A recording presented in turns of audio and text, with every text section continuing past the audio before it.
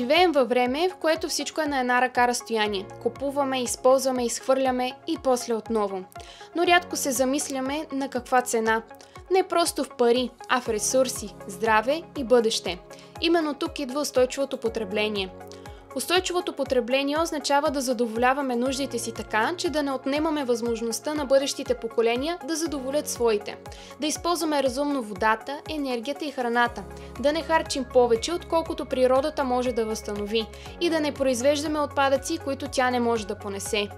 Неустойчивото потребление вече си казва думата. Климатичните промени се ускоряват, биологичното разнообразие намалява, замърсяването се задълбочава. Всяка стока, която купуваме, оставя екологичен отпечатък. От добива на суровини, през транспорта, до това какво се случва, когато я изхвърлим. Добрата новина е, че имаме избор. Можем да изберем продукти с по-дълъг живот. Можем да избираме местно производство без излишни опаковки. Можем да ремонтираме вместо да заменяме. Да споделяме вместо да притежаваме. И най-важното, да купуваме съзнателно, а не импулсивно. В световен мащаб все повече страни въвеждат политики за устойчиво развитие.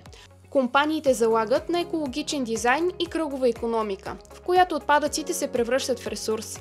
Потребителите стават по-взискателни. Търсят био, еко, фер трейд. Европейския съюз е начело на тази промяна, със стратегии за зелена трансформация, законодателство срещу пластмасовите отпадъци и инициативи за кръгова икономика. Но истинската промяна започва от нас. Можем да намалим потреблението на енергия, да използваме LED кружки, да изключваме уредите, които не ползваме.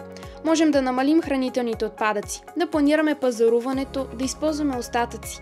Можем да рециклираме и да избираме продукти с втори живот. Устойчивото потребление не е лишение.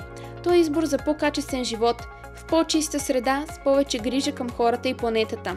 То е път към общество, в което по-малко може да значи по-добре.